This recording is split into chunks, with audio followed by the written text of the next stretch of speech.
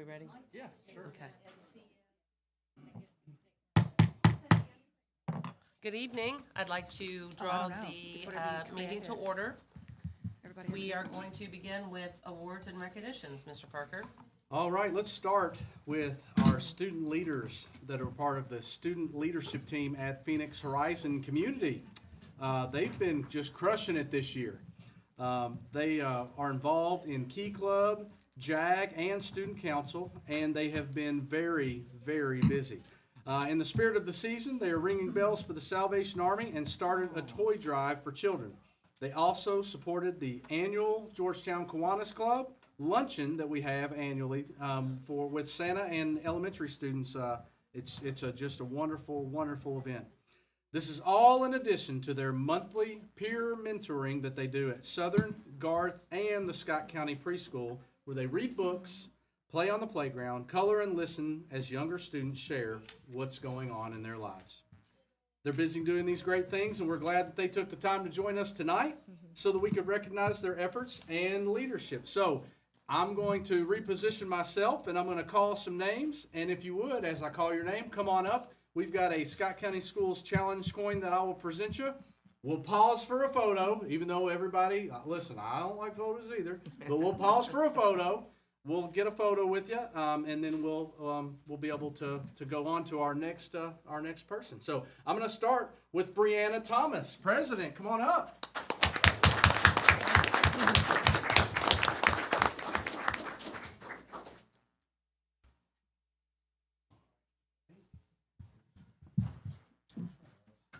I didn't want it the last meeting. Did you see it? Yes, I didn't do a good job like you did. Yeah.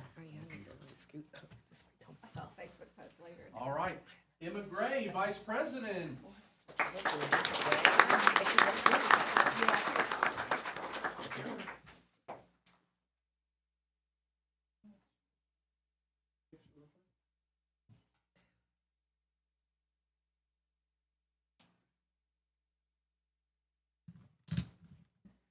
Estrella Flores.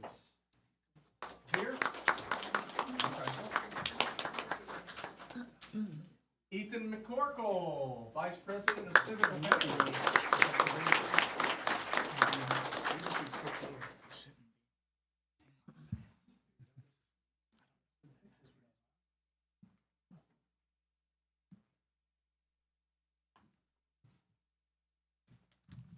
And Tyler Rudder, in charge of community service.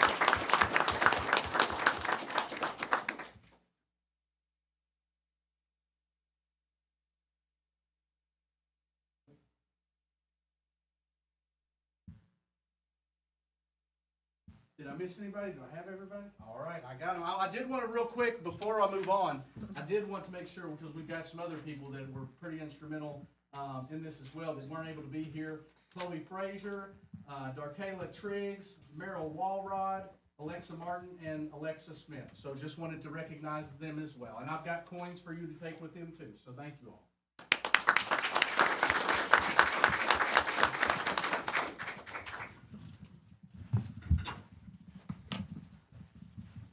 All right. We have we've got a couple other little snippets of awesomeness that we want to make sure that we recognize as well. Let's start with, now, do we have, is Miss Nora Borsch here? No? Okay, I wasn't sure. She won just an amazing art contest sponsored by the Better Business Bureau, and I wasn't sure if she was going to be able to be present or not. Miss Yandel, do you want to lead us, start us off, talk a little bit about what our friends presented to us here before we let them head out too? Absolutely.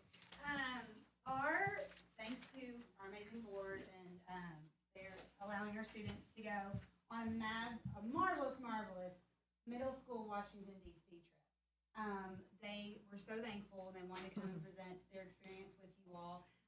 They did a fabulous job on the trip and then a fabulous job working on their projects after the trip. But they just wanted to come and present to you and thank you all in person for allowing them to go on that trip. So thank you all. It's been such a wonderful experience, and they really appreciate it. Great. Happened. They were great. Thank you.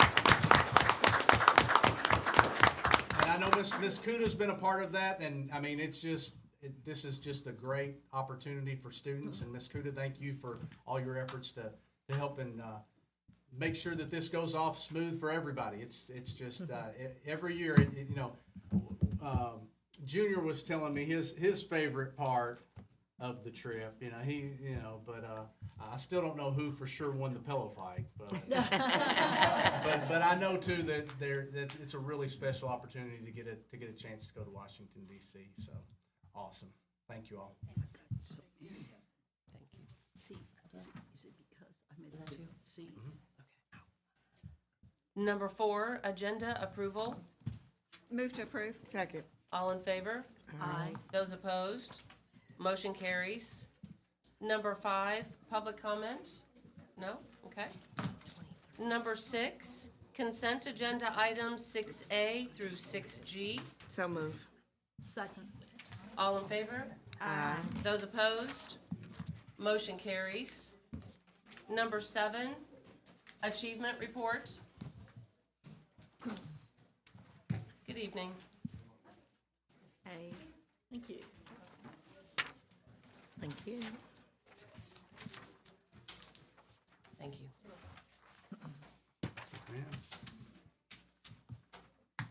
It was in our phone. Yeah, good. Somebody was a step ahead of it, yeah. Yeah. Hey, thanks.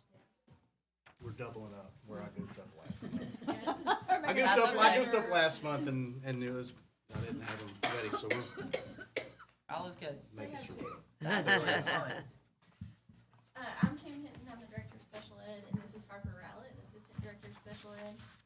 December's a big month for special ed all across the state. That's when we do our December 1 child count. What that means is we count all the special ed students in the district and see just like where we stand. So, you can see there at the top is, the last, since, 2018-19 school year, the number of students that we've had in special education. The first column is our total enrollment, and then the child count number. That's the number of special ed students and the percentage of that number within the school district. And then at the bottom, you'll see our 5 biggest categories of disability are listed below. The top number is the raw number. That shows how many students have that disability. And the lowest, the percentage out of the total enrollment in Scott County. So just to start out, a couple of the obvious trends in our data is overall you can see this, there's an increase in the special education population over the years since the 2018-19 school year. You can see that when we hit COVID, we had a little drop in our numbers for obvious reasons. We weren't here, students weren't being able to be evaluated because they weren't here to have that happen. And so there was a little drop in that time, but then definitely made up for it after that. Let's see.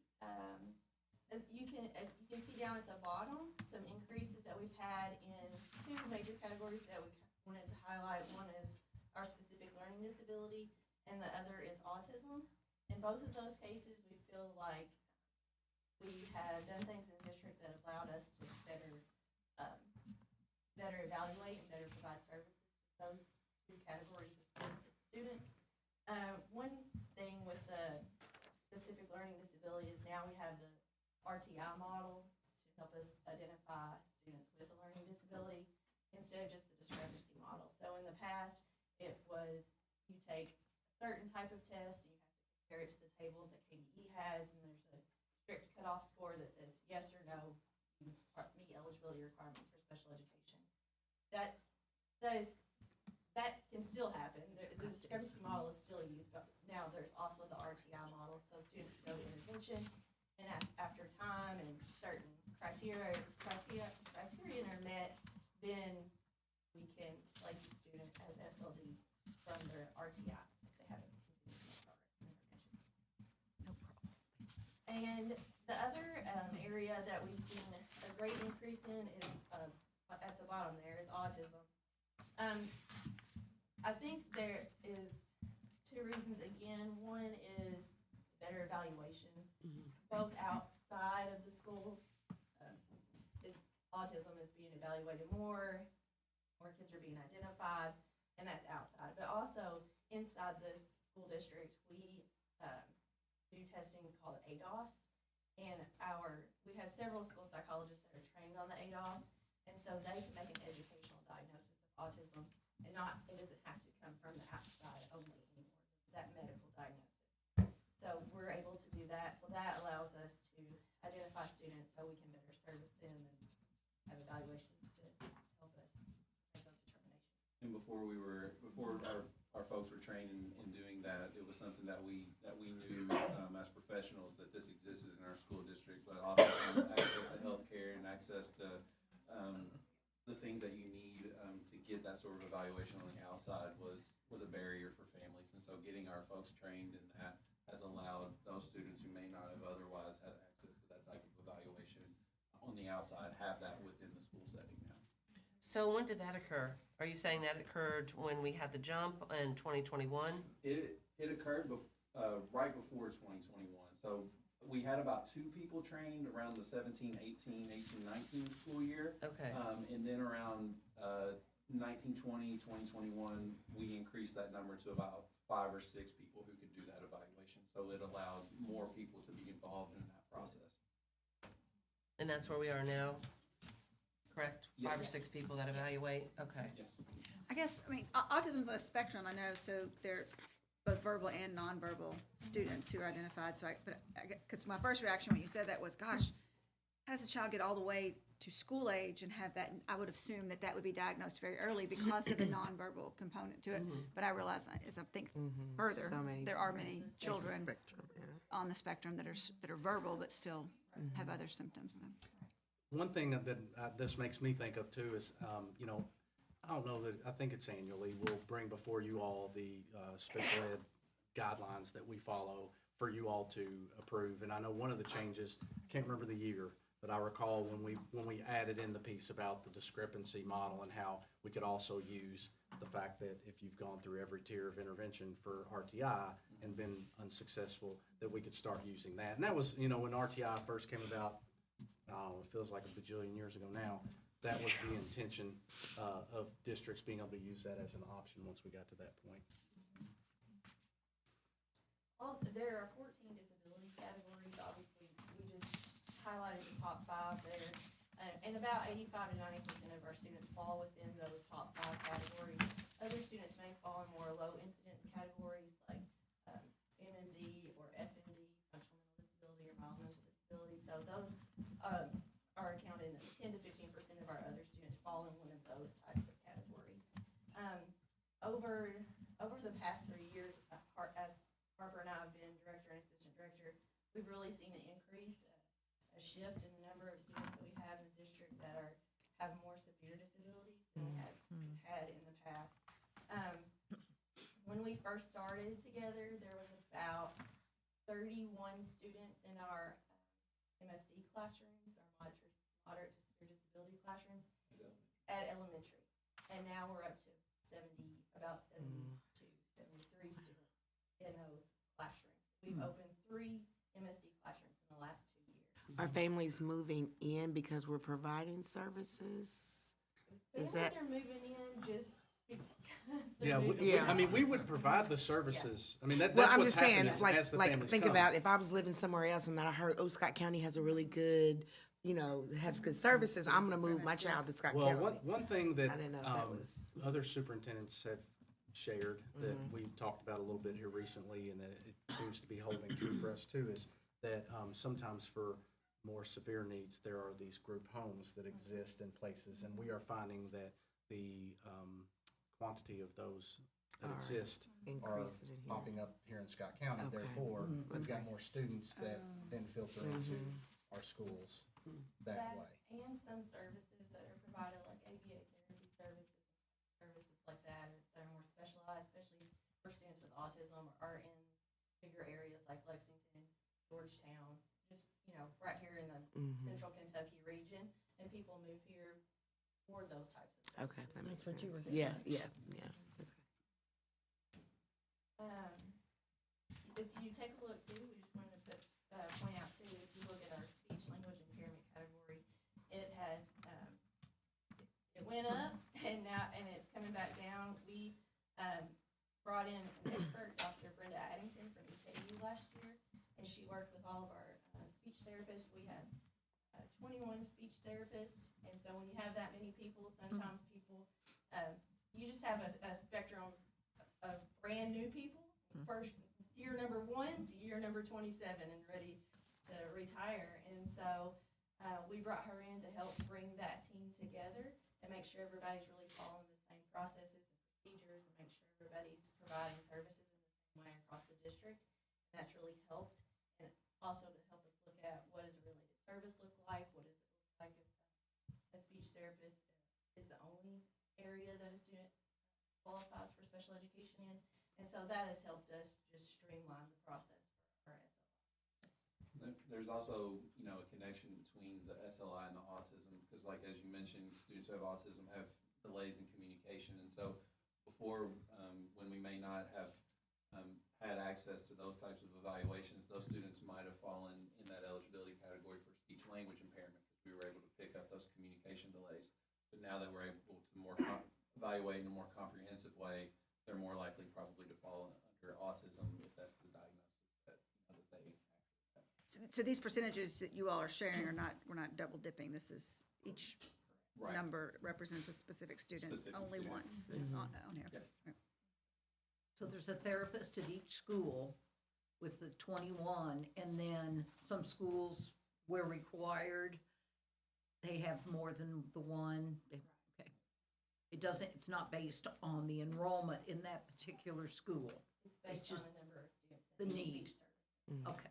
One of the things, so speaking of just need, one of the things that I felt was important to make sure I expressed to you all today was the fact that every year towards the beginning of the school year, sometimes before school started and sometimes after, I will reach out to Diana and say, or maybe to you all through a text and say, hey, we're going to ratify this special ed position. And, it's just, again, it's just those numbers. It's conversations I'm having with Kim. It's more kids showed up maybe here than there, and so sometimes we're able to shuffle positions, but what we've been seeing every year is just that we've got the positions that we plan for, and we find that we need 1 or 2 or 3 more in addition to what we have had. And again, Approved a lot of them. yeah. So I just, I think too, that way you kind of have I don't know, a little bit more of a face to it, because that is something that we ask of you all. And again, it's driven by guidelines that we've got to stay within. So we got to do it, but still, wanted to kind of just, I don't know, articulate that. What other questions? If Wendy it's- brought up, sorry, Yeah, go ahead. No, go ahead. Okay, she made the comment about people moving in because we provide maybe superior services or services that aren't being provided somewhere else. So I'm just curious, from a comparative point, do you pay any attention to other districts as far as percentages? Are our percentages of students in special education higher, lower, similar to other districts? Or The are most people recent moving in, data- which are creating us? The most recent data that I would have, I think, is from like the 2021 school year. I'd have to go back and get specifics, and I can get that for you. I'm just curious. We look at it from CKC, so our co-op, Sure. on our surrounding areas, and we're above what the typical average is, but it's not any significant. Okay. It would be just like slightly above. Just above, and that's being accounted for the fact, we're accounting for that because we feel like we're providing better services, and some people are moving in for that reason, just, not just because Georgetown's a great place to live, but because we're actually offering services for their child that may have particular needs. I'm going qualitative because I didn't come prepared to answer that, but I do feel like prompt conversation amongst superintendents is that everybody's seeing just a Sure. slight uptick. Well, I would have as well. expected to some degree that, particularly with the specific learning disabilities or developmental delays because of just the post-COVID. If you don't mind, would you talk to us a little bit about, or actually, you had a question. I'll let you. Yeah, I was just thinking, so specific learning disability could be dyslexia, could be behavior? No? It wouldn't be behavior, so it would be a learning disability that affects either 3 different areas of reading, 2 different areas of math, and then written expression. Mm-hmm. And as far as, just from my research with dyslexia, do we do anything to support teachers, or families to help with diagnosis? Because I know in other districts, it's kind of like you have to go outside the of the district to do that, so what are Yeah, what are we so- doing as a district? So there's not a specific eligibility category for dyslexia, but Mm-hmm. where those students might be identified as a specific learning disability in either basic reading or in reading fluency.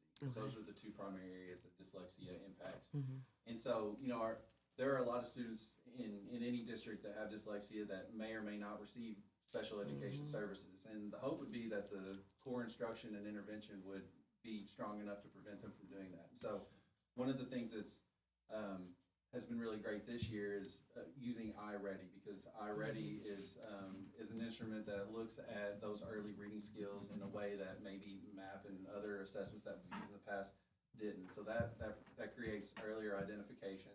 It also creates grouping of students based on specific skill deficits. So now teachers have that access to that to say, these 4 students specifically struggle in this skill. So when I'm pulling small groups in my classroom, I can work specifically with those. And then also, a lot of our teachers this year got trained in Orton Gillingham. And so that's becoming mainstay for our Tier 1 instruction. And that really looks at those skills.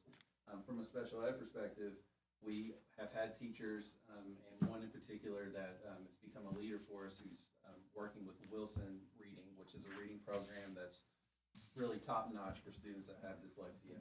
And so through evaluation, we're hoping for earlier identification. Hopefully, as a result, our tiered intervention services would prevent them ever needing special education services, but once they get to special education, switching from discrepancy to RTI allows us to use evaluations that we wouldn't have been able to use before to look at skills that are specific to students that have a profile that's similar to dyslexia. So you're just saying you're evaluating just to see if there's a reading problem, not necessarily diagnosing? Yeah, we don't have the ability to, Right. to diagnose, Mm-hmm. but the eligibility category exists for those students if they meet certain criteria. Well, and actually, I don't have a question now because Did I your answer? question hit all of the okay. points that I wanted to kind of point out. And that was that, shifting to iReady has had its benefits. And one of the things that we talked about specifically with MAP was that, you had kids in first grade, it's reading to them, and so, Yeah. I'll let you, if you all want to speak to that any, but. Yeah, but historically, there were students in kindergarten and first grade, just by the nature of assessment that, most school districts use. It wasn't necessarily picking up on some of those really specific skills that kids struggle with that have dyslexia. And this new program with iReady does that. In addition to that, Orton Gillingham and the assessments that come along with that and the different skills you're working on, that's also picked up through that. And so I'm really excited about those changes because I think that for that population of students, it's going to be really helpful. And they're going to be identified earlier maybe than they would have been historically. Now, are we using Orton Gillingham 3 through 5? Because I thought our program was just K through 2. K through 2, okay. Yeah. Now, Northern has had their 3 through 5 Mhm. trained, but they're earlier in adoption than the rest Okay. of the school district. The program for 3 through 5 is magnetic reading, Okay, and that's through iReady. okay. And that'll ultimately evolve from what I understand, correct? Correct. Well, we'll start using it with the other grades. Okay. I just thought that was good for the board to hear, because we've talked about how happy we've been about the shift in iReady just for general students, but then to the other benefits that exist for students that may have some special needs. All right, tomorrow, I know you all have been invited to the pancake breakfast tomorrow morning. Yes. We have students from Great Crossing High School, from the transition classroom there, that will be here to help out tomorrow. They'll be greeting. We were over there this morning, watch the news tomorrow, LEX 18. You'll see some faces on there. Rachel Williams' class is the class that's coming, and they're gonna do a special segment on them. They'll be here to help pass out some gifts to people. That's good. Great, great. That's right. Well, thank you for the information. We Yes, appreciate it. Thank you all so Thank much. you. for the invitation. Yeah, thank you. No. Approve what boundary? Yeah, boundary, fine. yes. Did you want to speak? I'm going to. I'll let you all motion second Thank and you. discussion. I'll I jump up appreciate that. and Okay. Preach. Number 8, approve boundary line changes of the Scott County Board of Education district boundaries. Mr. Parker would like to speak to that for a moment.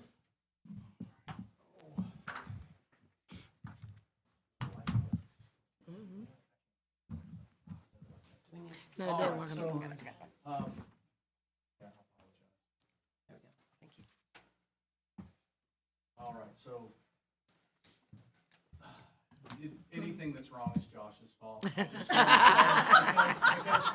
I has, grew a beard for this and everything. He says that every month when you're not here too.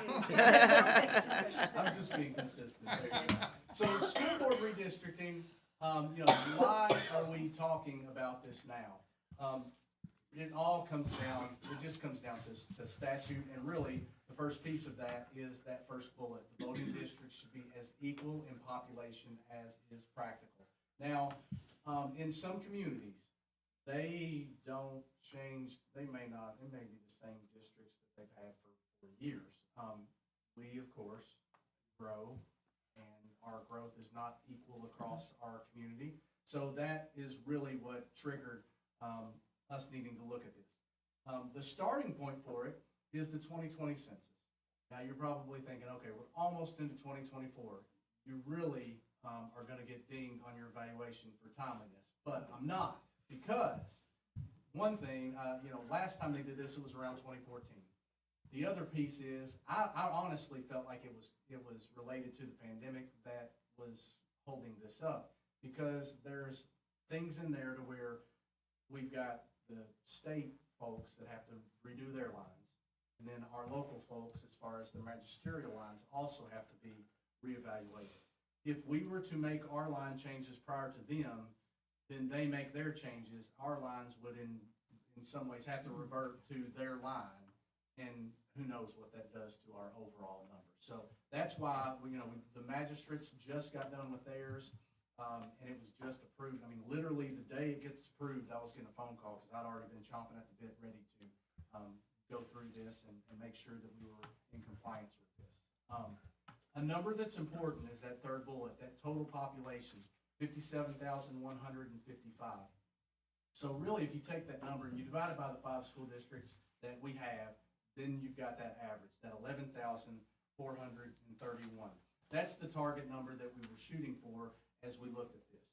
Now would probably be a really good time too to point out that, this was a collaborative effort. It really took a lot of help and support from the county clerks, the Department of Elections, and the Georgetown Scott County Planning Commission. They were both instrumental in providing information regarding some of the guidelines and numbers. Josh also helped us out too, because there's some things I'm going to talk about that honestly I didn't know until we got to this point. I'm glad I could be helpful. Yes. I tried not to involve you too much.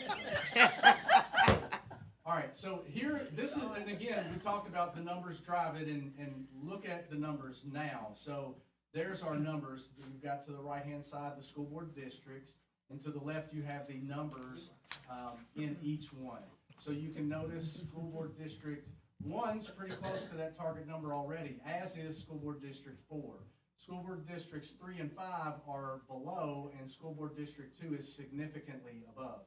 To look at it in another way, there's the percentages that they are away from that number. If there's a negative, it's just because the number's under. If there's a positive, it's because, or no indication it's positive, because it's above that number. So that's just the how far we are. I know the magistrates, when they looked at theirs, they were looking for a comfort level of 5%. Personally, I wanted to do better than that, but I didn't know what we would end up being able to pull off, but I'll share that as we go through it. So these changes cannot be made. If we make them now, we can't do anything for 5 years. Generally, that shouldn't be a problem, because we wouldn't have census data in that time to even consider it anyhow.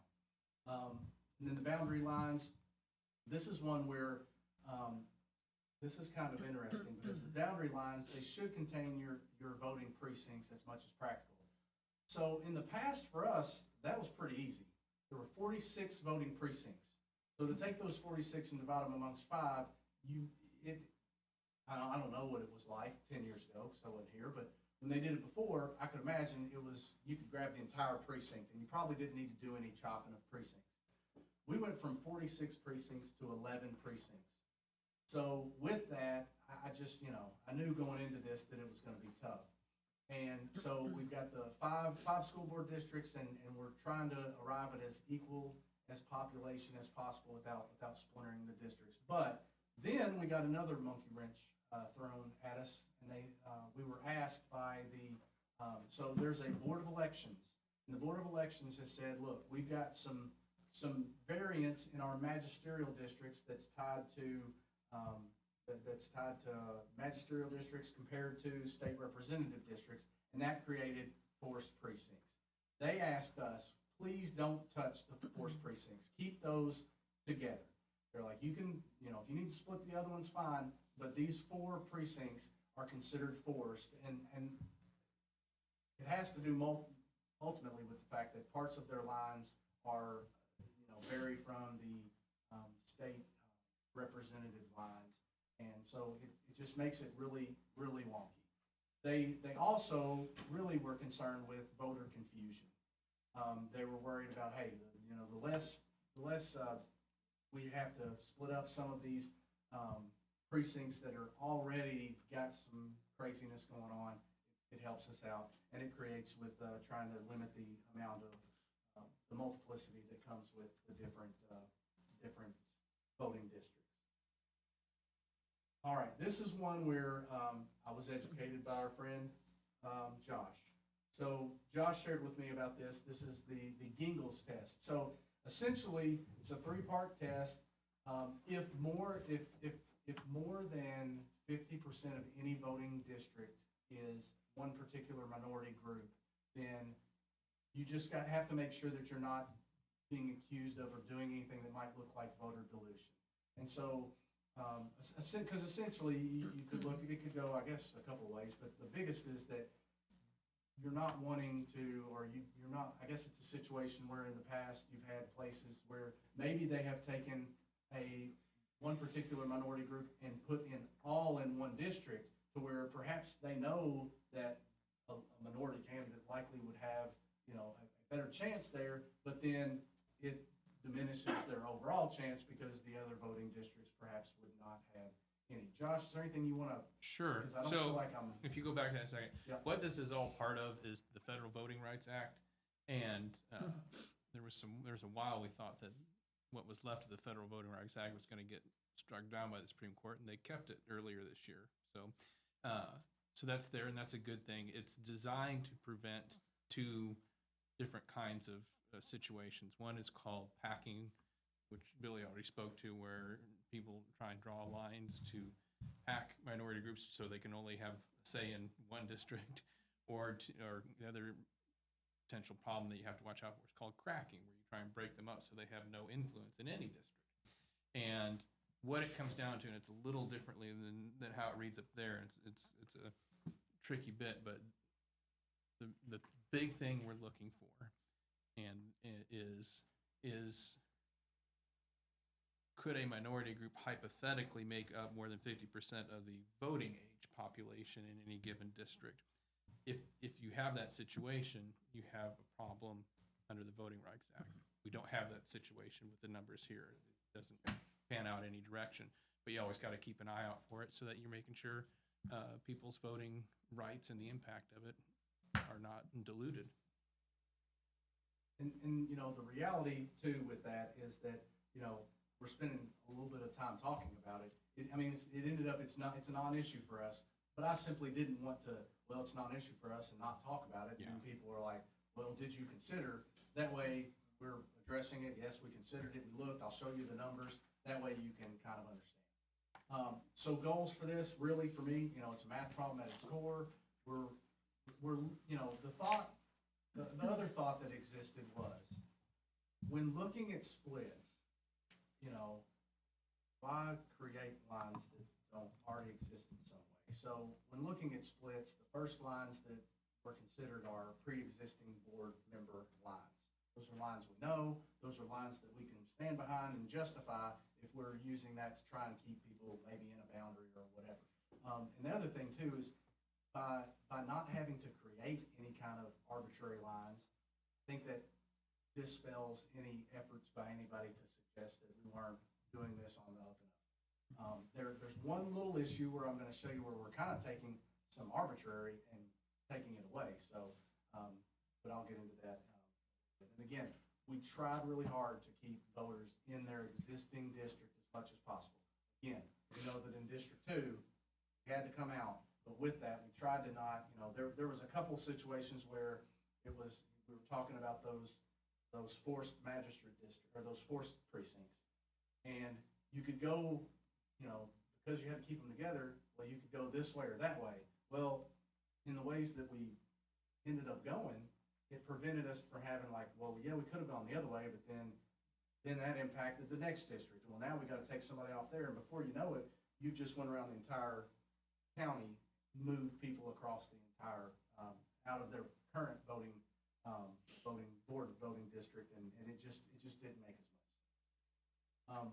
Here is the, this is the, you can see each color represents the school board districts. And the,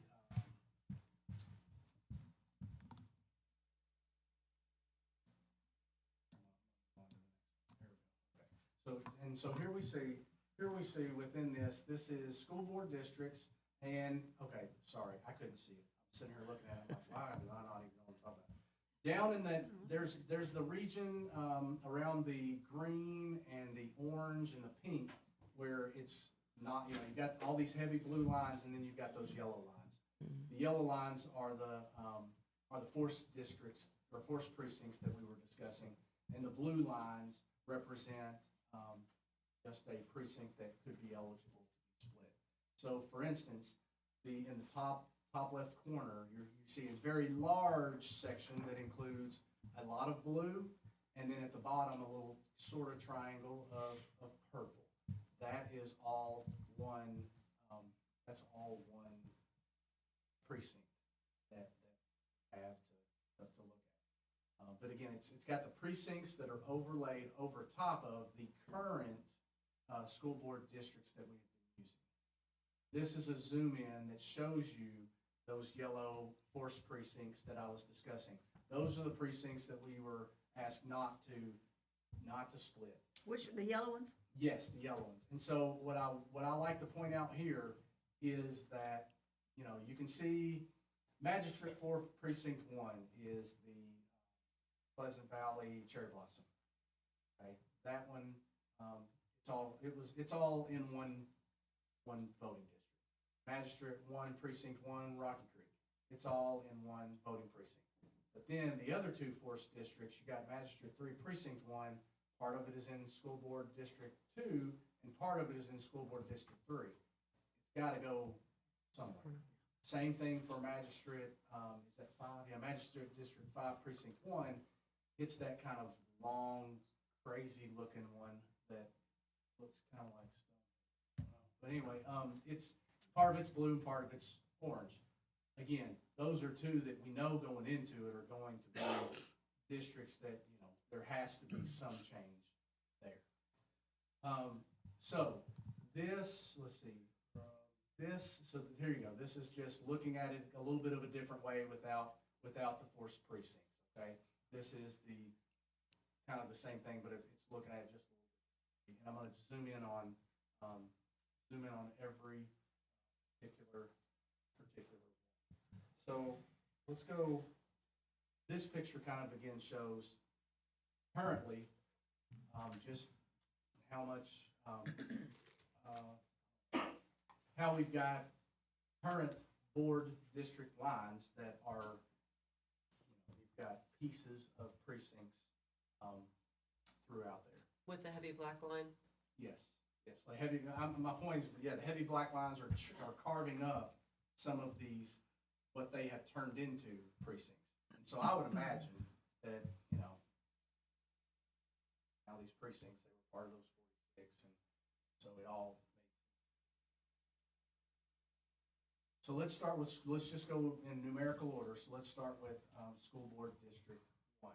So School Board District 1 is comprised currently of one, two, like 3 or 4 different actually 5 different magisterial districts.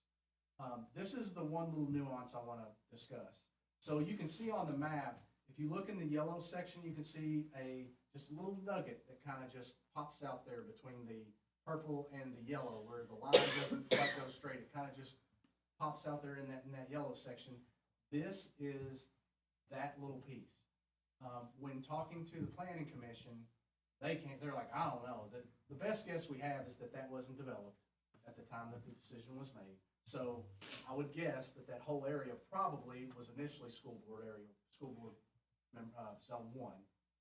And that as all of Payne's Landing got developed out, that all shifted to 5. So it doesn't make any sense. There's not even, following their rules for what makes lines.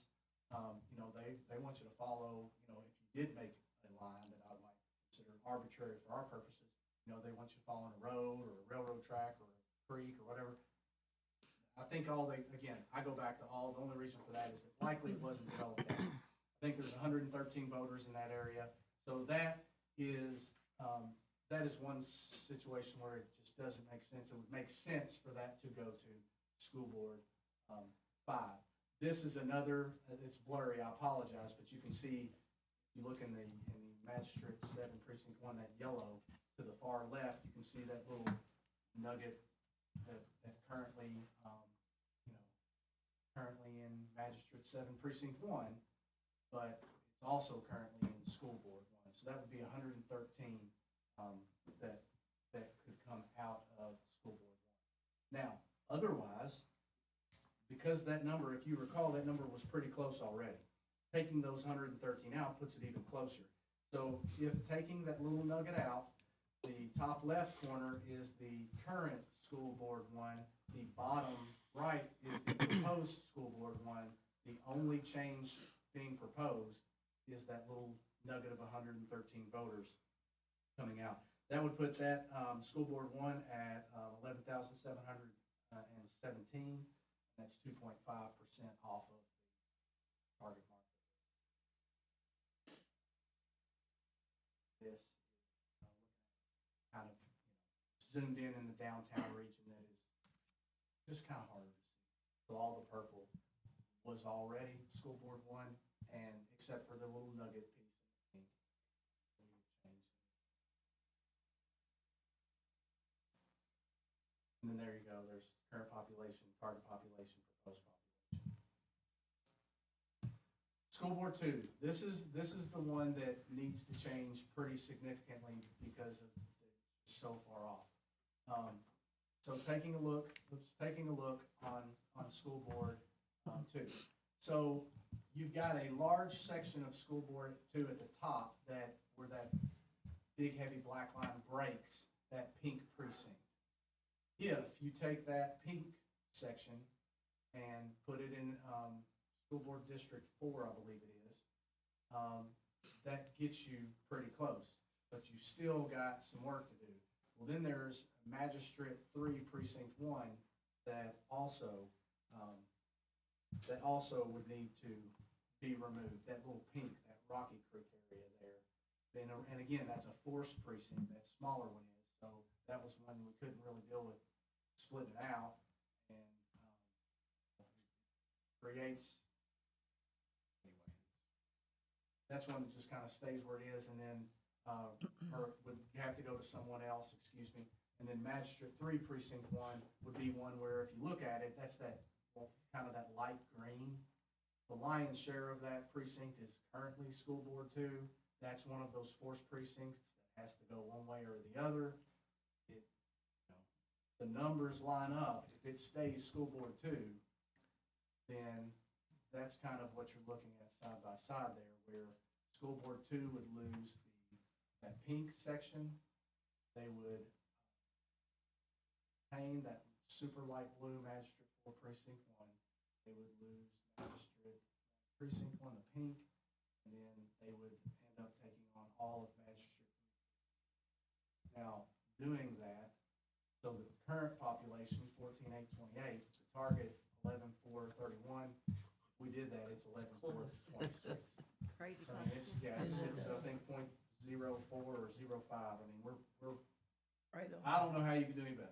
So, Well, and that's the side of the county that's growing so fast Right. It's anyway. gonna change in so- a minute. It's probably Yeah. already but changed. Yeah, It's I know. probably better for it to be a skosh under than. I think they Yeah. just got 5 because people it- yesterday. because you elevates your growth, right? 25. That wiggle room is good. You're gonna want Yeah, that later. that's what we need to.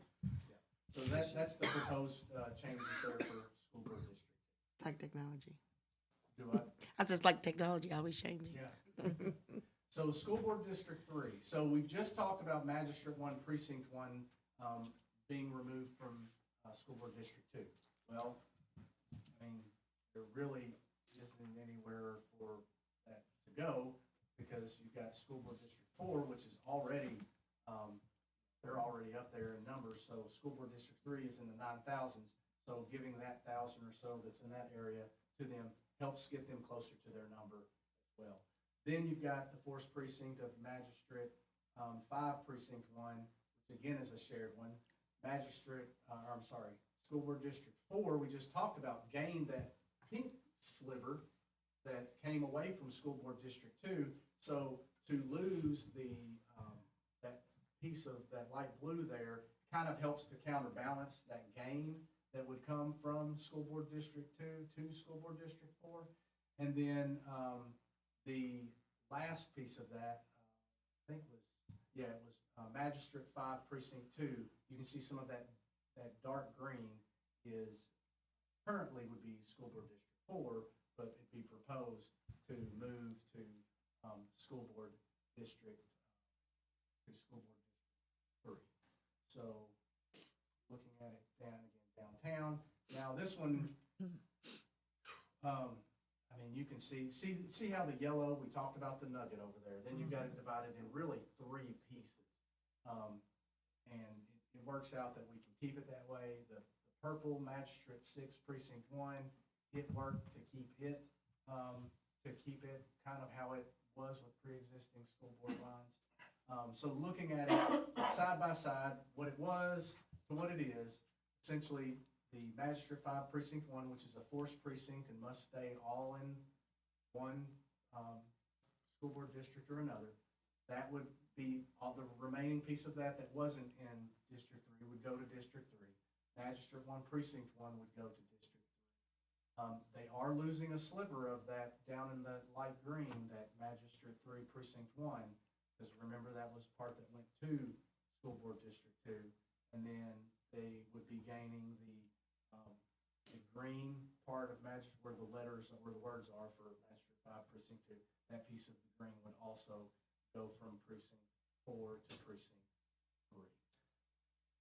Doing that, and then here's kind of downtown, as you can see downtown. If you just follow the black lines, you can see there's that piece where it says school board 4, that pretty much all goes there to school board 3, and pink precinct. So that takes it from currently 9,760. It's within a little bit there, 11,097. So gets it there pretty close to within 500. School board district 4. So at this point, with school board district 4, we've essentially already talked about it. The proposal would include gaining the pink section. It would include losing the light blue and the dark green sections. So gaining the pink section from school board 2 to A lot of real estate. counterbalance that. It is a lot of square footage there. A lot of real estate. Yeah, yeah. And then this one, it's hard to, I didn't show the whole district because it's so large. I tried to highlight the places where we were talking about. So that kind of shows it. Top, what it would be versus what area it is. Its population, again, it was already in pretty good shape, but we knew there would have to be some sort of change there because there was no way to offset what needed to come out of school board district 2 without some tweaks being made there. But in the end, we still are really close to that target. Then last, school board 5. School board 5, really, school board 5, they gained that little nugget from school board 1 that we've discussed, and then they gain the, there's section of yellow there, going around McClellan Circle, include Scroggins and the Washington Square, Mount Vernon area. Well, just by, I believe that was it. Just by making those two changes, yeah, everything else remaining the same. And there it is, looking at it, looking at just downtown in general, how it's also close. And see the pink area there is the area we're talking about in terms of School Board 5. They would go from 9,507 to 11,100.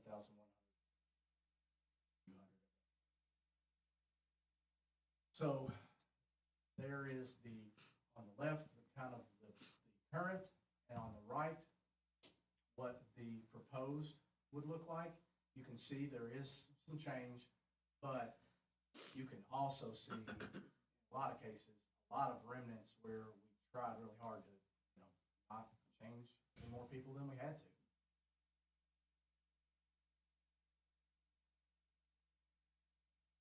Just following the black lines on the left side, and on the right side, you can follow the colors there.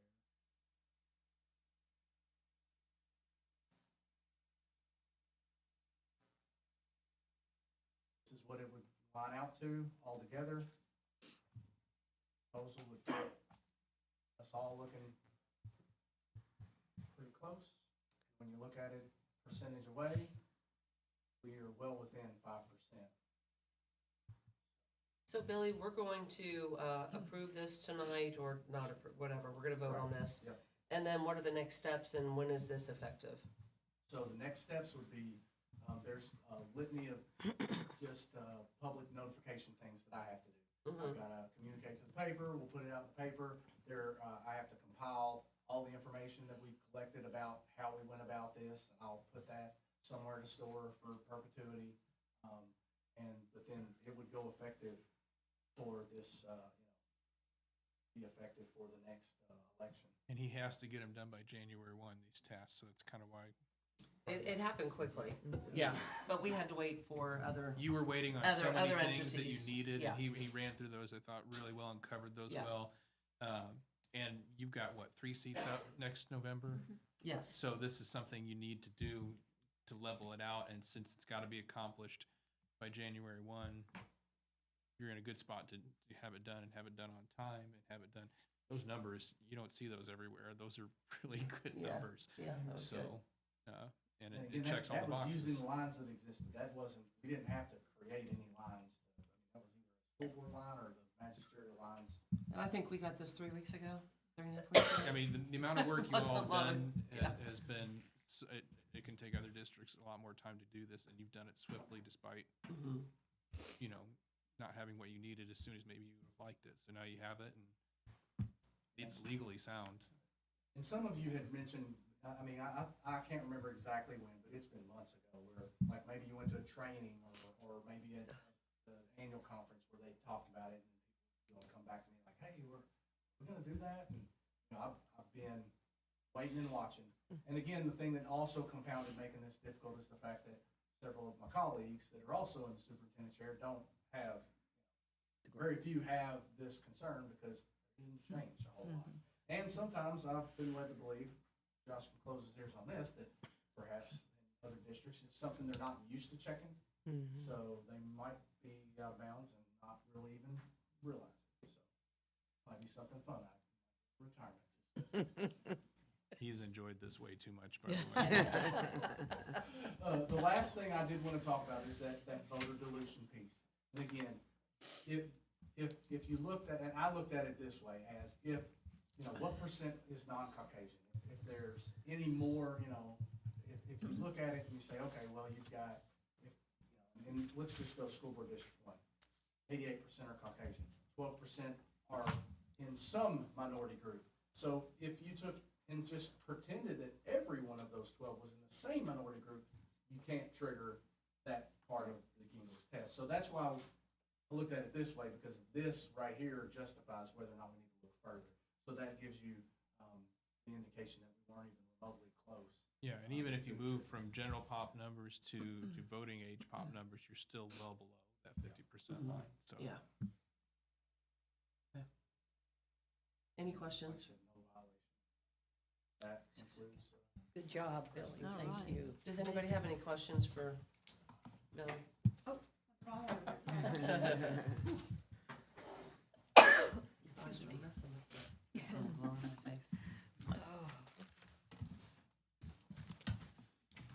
All right. Well, thank you, Josh and Billy, and everybody for working on that for us. Do I have a motion? I so move. Second. All in favor? Aye. Those opposed? Motion carries. Number 9, adoption of the annual board meeting schedule for 2024. So move. Second. All in favor? Aye. Those opposed? Motion carries. Number 10, second reading and approval of policy 09.4341, alternative education. Move. Second. All in favor? Aye. Those opposed? Motion carries. Number 11, approved contract between Mid-America Bencor and the Scott County Board of Education conditioned on Mid-America's acceptance of terms recommended by board attorney. And there are 2 terms they're missing. One is the usual, or they've got to address, one is the usual clause where you're not supposed to require us to indemnify you. School districts aren't allowed to do that. And the second is, the contract doesn't say what its term is, when it ends, how often it's renewed, any of those things. So 2 very simple fixes, and we'll approach them with them, and if they get them done, great. If they don't, it's not a contract the school districts are supposed to sign off on. So are we looking to So are table we- this? No, Or- we're gonna tell them they need those 2 things, and if they can do them, great, and if they can't, then break the bad news. So do we need a motion that needs to be I contingent believe the upon that? recommended motion includes the I acceptance was of reading it, I'm not, terms. Yeah. that's what that It means. covers I'm it. sorry, I was Yeah. looking for a different word there, okay. Yeah. Okay. Oh, there we go. I Okay, see. yeah, I was too. reading the recommended motion, I thinking know. you The were, motion will we get needed you something there, and else. then we Okay. do our Listen, follow-up. I'm trying to make up for not having my student achievement information in front of you so we're, Don't dwell on the past, Billy, don't dwell on the past. You got it. Move to approve. Second. All in favor? Aye. Those opposed? Motion carries. Number 12, financial statement. In front of you, you have the November 2023 financial statements. Our beginning balance was a little over 85 million. We have receipts of 6.2 million, expenses of 19.8 million, leaving us an ending balance of 71.4 million. Of that, 60.8 million was invested, and that leaves our ending cash balance at 10. Very good. Thank you. Number 13, approve current bills. Move. Second. All in favor? Aye. Those opposed? Motion carries. Number 14, superintendent's report. well, I'm just super excited for Mr. Conspicuous over there, Josh, just popping up, being here for us today. Looking forward to getting to talk Josh, to thank you for Josh. coming. Yes. Yes, it's good. I already talked about, this has been a short transition. I think it's been 2 weeks. So wasn't able to hit every single performance standard, but we did have our annual conference for Kentucky Association of School Superintendents. The biggest piece, and I did miss some of that with everything going on surrounding the Bill Hicks Classic and other things. But the biggest piece to that was really hearing the legislative focus from school superintendents and just making sure everybody's kind of in that same direction. It'll be upon us before we know it. I already talked about the school board voting districts. We've had a lot of just good things to be a part of. The Rotary and Kiwanis both had their annual holiday parties that they provide for some of our students, and that's I didn't get a chance to. I missed the Kiwanis one, but I did get a chance to be at the Rotary event, and that's just always great. Corinda helped me gallivant around the district and dropped off cookies at all of our schools, provided cookies with our cookie tray delivery. That was fun. Our Christmas card selection, so that is always, every year it gets better. We have students from the district that will submit entries for potential selection as the Christmas card. Yeah, this year was fun. It's a beautiful card. I loved it, by the way. It's It's on a my door at the beautiful- office. It's a beautiful card. There you go. There you go.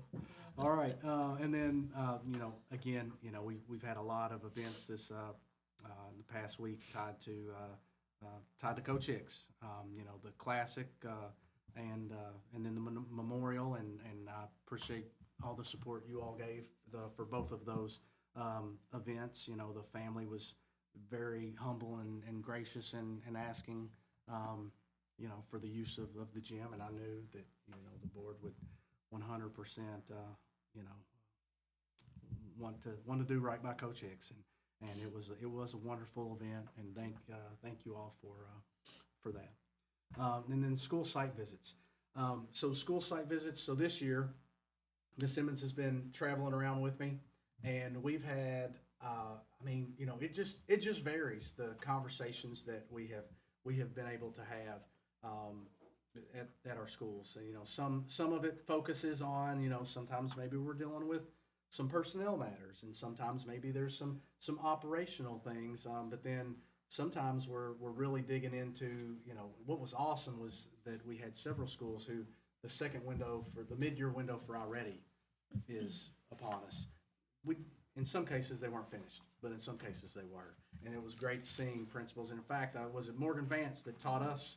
She taught us about a diagnostic report that we didn't know existed, then we started sharing that around as we went. So it's really, really nice getting a chance to get in and really sit down with principals and have some conversations.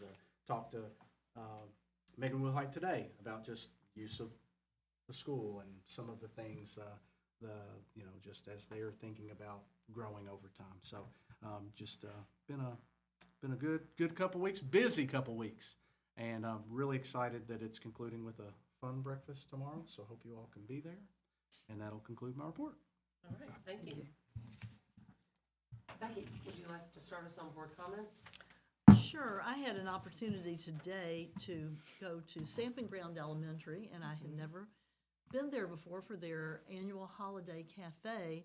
The fifth grade was basically in charge, and they had done such an amazing job, and they were doing all the work from waitressing to cleaning up to walking around singing carols for entertainment. It was quite an entrepreneurship opportunity, and then the other grades made darling crafts for ornaments where they were collecting money for that. And it just struck me, though I understand this has gone on for some time at Samping Ground Elementary, but it struck me how this dovetailed into our Leader in Me initiative, and how they've been doing this kind of Leader in Me opportunity for some time, and now we're doing it in many different areas. But it was a great experience. I was so impressed with the students. Yeah. Real quick, I do think this is worth sharing. We know there was a student over there that was instrumental in drumming up some support from some people in the community, and from what I gather, they generally will raise around $2,000, and this year they raised almost $3,000. So so his leadership certainly made Was an that impact. Casey? Yeah. Yeah, That he was sent Casey. emails. Yes, he was Yeah. quite the young man. Yes, Oh, it my was. goodness. He is. That's great. Yeah, he invited everybody, invited the mayor, we had city council people I noticed Yeah. that were there, so. Quite a nice turnout. Yeah, he was very professional. But yeah, Wendy. thank you. I participated in Billy Hicks Classic. I really enjoyed that because, I love sports and don't get to get out very often, just to be a part of that. And I actually won the Beats earbuds. So I did the raffle. I thought that was really well done. I was excited about that. And then I did participate or attend the memorial, which was very beautiful, and so proud as the county that we supported the family. So. Susan? I just wanted to express my condolences to Coach Hicks and his family, and as someone that is a graduate of Scott County and a teacher and a board member, the legacy that he's created and the sense of family with his players and the court, I don't think we'll be still realizing that decades from now, and that's something to cherish and be thankful for. And I just hope everybody has a great holiday, restful, joyous break. I also attended the Stamping Ground Elementary Christmas Cafe in the morning, the students, the one thing that impressed me was how proud they were of their school. They were absolutely just, oh, they loved it. And the line for the breakfast, I don't know if they ever did get through it. I mean, but anyway, I was very impressed. And then I went back late yesterday afternoon and there was a retirement lady that I know her parents really well. They go to my church and and the teachers were all there. They looked, I mean, they didn't look like they had had a Christmas cafe. I mean, I guess it's the age. Yeah. Energy's wasted on the youth. Is it? Yes, but anyway, it was wonderful, so I'm very proud of that school, as I am all of them. Wonderful, thank you. Number 16, executive session to discuss pending litigation pursuant to KRS 61.8101C. Move. Second. All in favor? Aye. Those opposed? Motion carries. Thank you and happy holidays. You're welcome to stay if you'd like. We are going to go upstairs and we'll reconvene later. Thank you.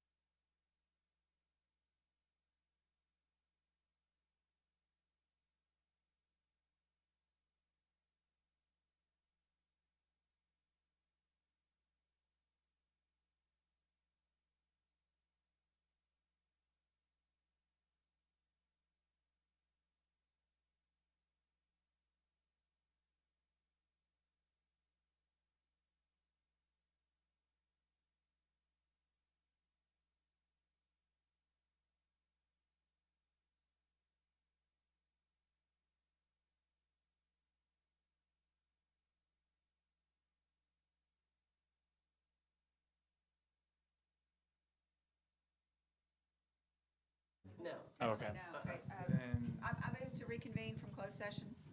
I second. hang on, we still haven't started. Motion to reconvene into regular session? Second. All in favor? Aye. Those opposed? Motion carries. I move to approve the recommended action to not opt out of or object to proposed settlement. Second. A motion. All in favor? Aye. Those opposed? Motion carries. Okay. Move to adjourn. Second. All in favor? Aye. Those opposed? Motion carries. Happy holidays, everybody. Oh.